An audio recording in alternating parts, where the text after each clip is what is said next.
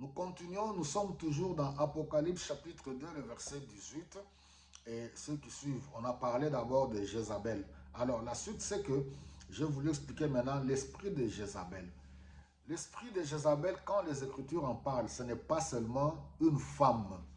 C'est toute personne, oui, homme ou femme, qui induit les autres dans l'erreur. J'ai d'abord expliqué Jézabel, la femme du roi Akab, à partir du 1 roi au chapitre 16. Alors, le Seigneur nous dit dans Apocalypse 2, au verset 20, il dit « J'ai un reproche à te faire, tu tolères Jézabel, cette femme qui prétend parler de la part de Dieu. » Dans les communautés, dans nos communautés, ça peut être les hommes et les femmes, ça peut être même nous-mêmes les serviteurs de Dieu. Quand une personne, il peut être appelé pasteur, bishop, archibishop, apôtre, prêtre, quand cette personne apporte une autre doctrine, un autre enseignement qui n'a pas le fondement sur les apôtres. On en a parlé dans Éphésiens au chapitre 2 la fois passée. Nous avons été édifiés sur les prophètes, sur les apôtres et sur Jésus-Christ qui est la pierre angulaire. Mais bien aimé, il est plus que temps maintenant. L'esprit de Jézabel, ça peut être un homme comme une femme qui apporte tout autre enseignement. N'oublions pas, vous pouvez le voir aujourd'hui, la chair, c'est un lieu sacré où nous venons parler de Jésus-Christ. La chair, quand on monte à la chair pour parler, c'est-à-dire nous sommes les porte-parole de Dieu. Nous venons parler de la part de Dieu. Nous ne pouvons pas apporter un feu étranger. Nous ne pouvons pas apporter un message préfabriqué par nous-mêmes pour détourner le peuple de Dieu. Nous avons vu, Jézabel, la femme du roi, avait amené l'idolâtrie. Et vous allez voir, à chaque fois que Dieu parlait à son peuple, étant comme époux, le mari, son peuple comme son épouse, chaque fois Dieu parlait de la prostitution. Quand son peuple s'est détourné de lui, du Dieu d'Israël, Dieu parlait de l'idolâtrie, Dieu parlait de la prostitution. Alors, quand la chair, ce lieu sacré où nous sommes appelés à apporter la parole de Dieu et que nous apportons d'autres enseignements, quels sont les enseignements qu'on voit aujourd'hui? La chair est devenue le lieu où les hommes de Dieu sont en train de se lancer des pics. La chair est devenue le lieu où les hommes de Dieu s'insultent. La chair est devenue le lieu où les hommes de Dieu sont en train de parler de leur propre vie. Certains parlent de leur avoir, de leur richesse matérielle, financière. D'autres parlent, font des éloges sur leurs femmes. D'autres parlent. C'est-à-dire la chair est devenue un lieu de règlement des comptes.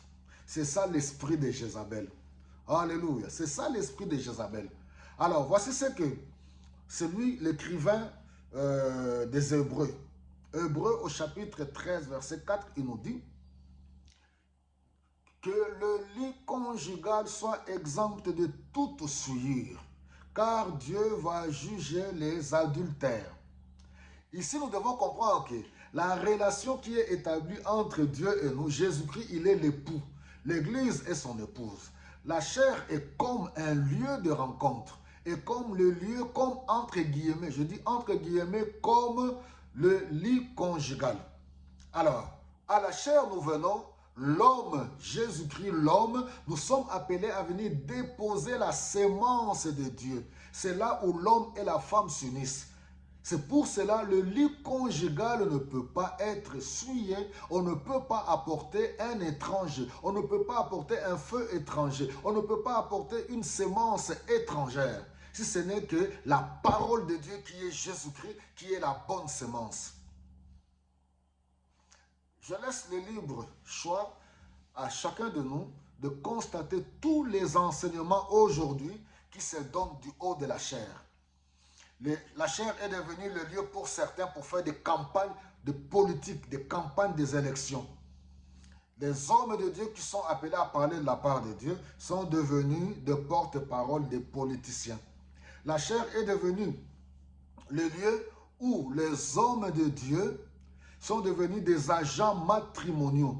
Vous savez, Paul a expliqué toutes ces choses-là. sur comment se comporter dans l'église, le rapport entre l'homme et la femme, comment les vieilles femmes doivent se tenir, toutes ces choses-là sont vraies. Mais les enseignements, pour nous les hommes de Dieu, ça ne peut pas être là. Je n'ai pas vu les apôtres.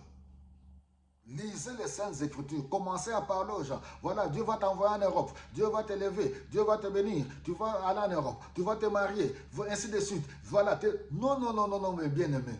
Il y a des petites parenthèses par rapport aux réalités, mais la priorité, la chair, c'est pour parler de Jésus-Christ. De Genèse à Apocalypse, mes bien-aimés, parlons de Jésus-Christ. Voilà les reproches que le Seigneur est en train de faire à l'église d'aujourd'hui. Nous avons souillé le lit conjugal. Nous avons apporté le feu étranger. Alléluia. Que l'église entende ce que l'Esprit est en train de dire aujourd'hui. Mais comme le peuple est ignorant, surtout les mamans, elles aiment, elles sont contentes quand on leur parle, on leur raconte des histoires. La chair est devenue l'endroit où on raconte des histoires. Et les gens sont contents, ils crient Amen et Amen et Amen. Voilà, mes bien-aimés, paix dans vos maisons.